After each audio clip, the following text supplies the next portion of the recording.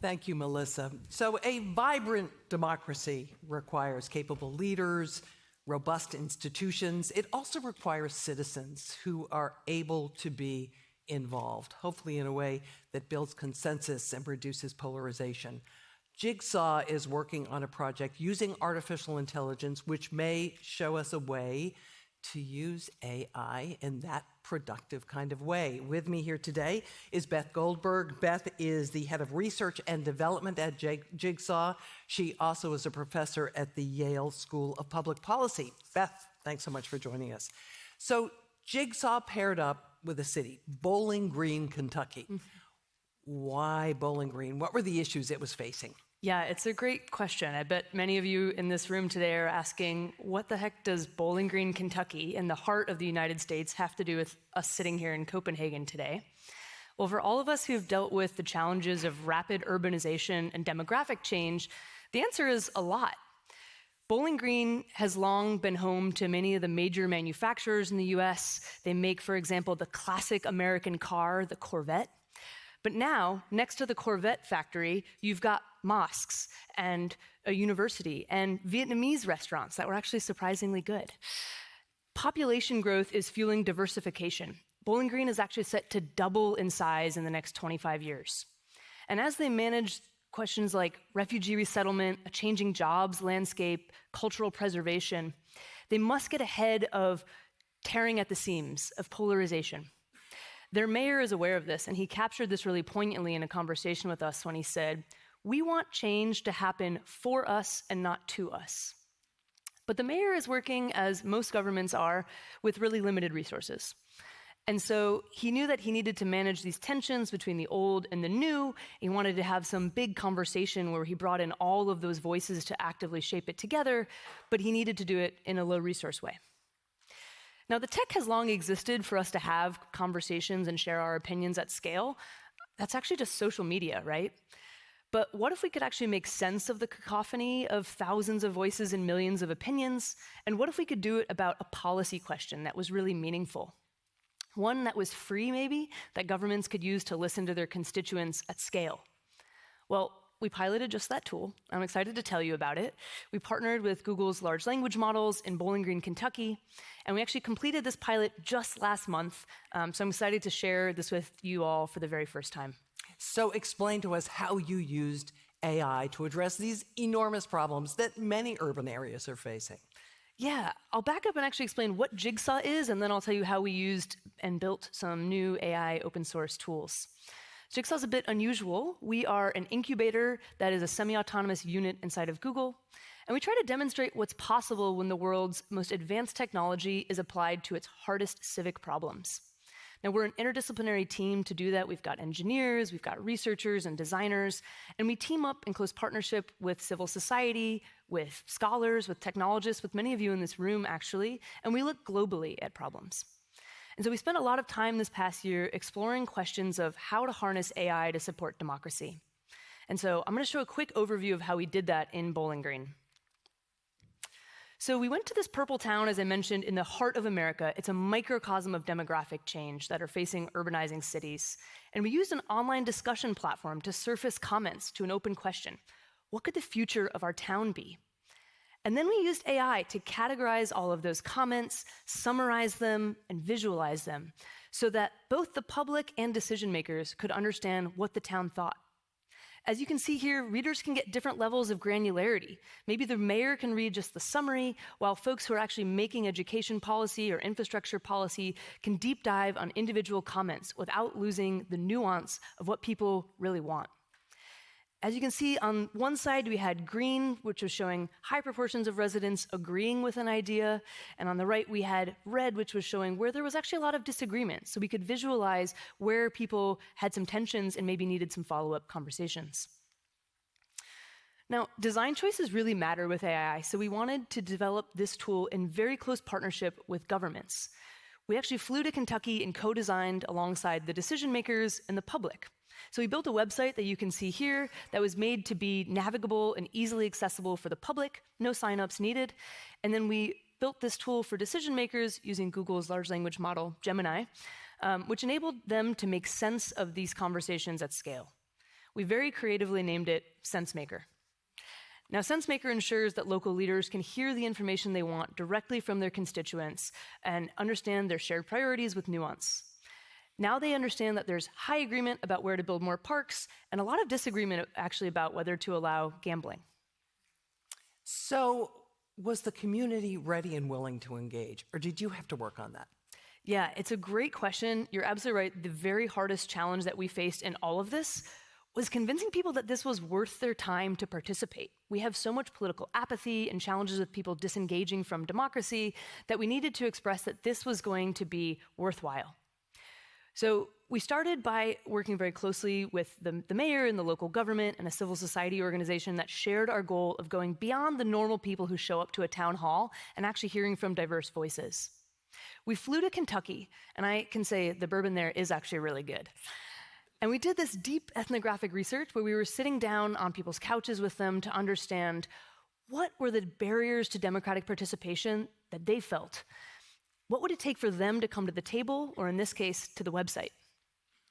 We first met with those who were most marginalized from politics. You can imagine recent migrants, those leaving jail or drug rehabilitation programs, the elderly, the young, even those in the rural areas. And so, for example, we sat down for a day with two Afghan sisters, and they had just escaped Kabul in time, and they'd been resettled to Bowling Green, Kentucky about 3 years ago. Over chai with us, they really struggled to even understand our questions about civic participation. They weren't even aware that they could attend, let alone speak up at a public forum. So for them to even feel safe joining the conversation to share their opinions, they would need to be called in by a member of their own community, and they would need to be able to participate anonymously and from the safety of their own bedrooms. We heard this, and we ensured that that informed our design choices. We made this platform anonymous. We allowed for privacy to be sort of at the core of what we built. People could just go to a website and participate on this online platform called Polis. Next, we met with the local leaders, and we wanted to map the community more holistically. And so we had them tell us where to go. We put up signs in everywhere from the churches and the mosques to the grocery stores and the basketball games, and we did it in 9 different languages. We brought people also to civic events because we wanted to understand what and how were they going to engage on policy questions. And we found that low self-efficacy was a major barrier. People were afraid that they just weren't informed enough on issues like immigration to have a voice. For example, we took a college student with us to one of the town halls, and he said, "I can't go to that. I'm not a lawyer." And we said, "You don't have to be a lawyer." We built this outreach campaign that centered local, relatable spokespeople that really called people in and said, sharing your lived experience is worthwhile. When the conversation is about your own town, your lived experience is expertise. And so ultimately, we ran this inclusive messaging campaign that was trying to surface these diverse voices for a full month, using AI then to illuminate the common ground between them. Did it work? Yes. Okay, you've been dying to know what's on the right side of this screen. Yes, it totally exceeded our wildest expectations.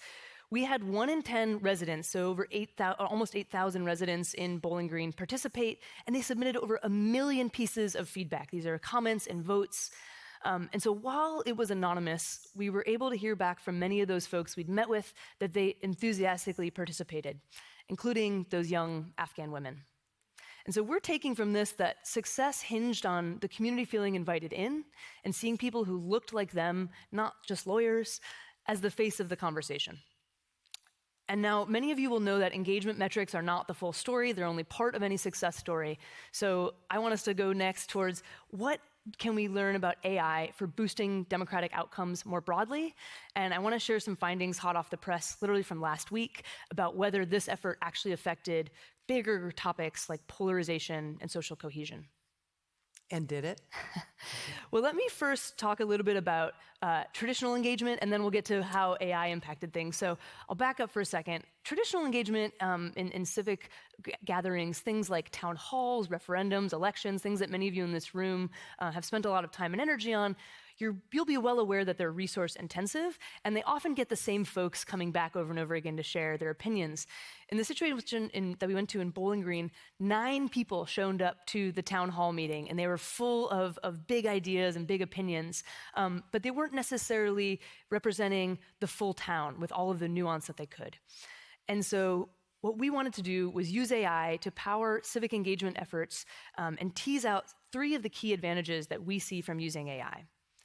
The first is that AI can unlock participation really at scale, an unprecedented scale, and for a duration of time that's longer than, say, a town hall gathering. Because citizens can participate from the comfort of their own devices on their own couches over the course of many days or weeks, you can get in those folks who are maybe not safe speaking up in public forums or who have childcare responsibilities. For example, just last year in Finland, over 12,000 Finns participated on the same platform we used, Polis, from their own homes to share opinions about public services. Make.org, another platform that's represented in this room, has been operating across the EU, and over the last couple years, they've had over 10 million people partake in democratic conversations. That's a scale that we could never get with town halls. Second, there's dramatic increases in efficiency for local leaders. So by using AI, they don't have to take weeks and weeks of sort of manual data science and calculations. They can actually distill insights from public data in a matter of minutes. And so SenseMaker that you saw took the folks in Bowling Green just a few minutes to generate that report, and then they were able to quickly share it virtually with their constituents.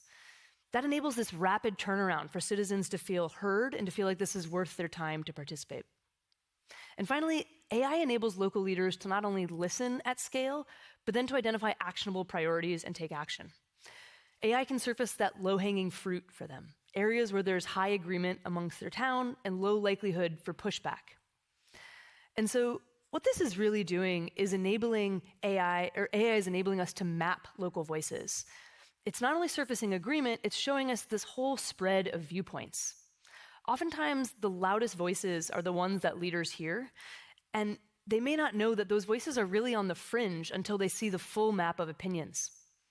If you've ever attended a town hall, you'll know that the loudest voices are the ones that often take up the most oxygen, right? Those detractors. But when you have this more inclusive dialogue, and when you're able to visualize all the voices together in a map, you can understand and contextualize that those outliers are just outliers. And so in Bowling Green, we heard from a leader of the zoning board that if we make a zoning change, only the people who don't want that zoning change show up, and they yell at us, and they protest. But we later found through this report that actually the majority of the town really supported that major change we made. So the truth is that there is a lot of agreement in our pluralistic democracies. We just have to be able to uncover that hidden consensus. Is this replicable elsewhere? Yes. The good news is that the actual impact of this dialogue and deployment was enormous, and that we think it is using all replicable tooling. I mentioned that 10% of the town turned out. Now, that's an enormous success signal, but we wanted to make sure that this actually was doing things like depolarization and building social cohesion across the town. So for those of you who are M&E colleagues or fellow researchers, I'll just offer that we used pre- and post surveys with participants, and we also used a randomized control trial in the town across a whole basket of polarization measures. We wanted to know things like, how much do people respect those that they disagreed with? How do they feel about other points of view? How open were they to them?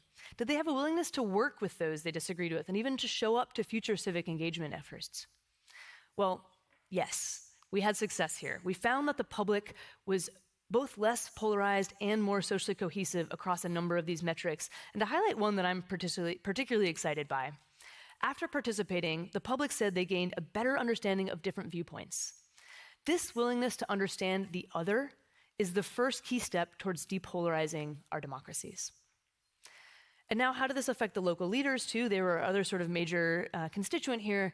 Well, first, it highlighted priorities that the leaders didn't even know they had. Things like surfacing programs that the community was asking for that actually already existed, and they just weren't aware of.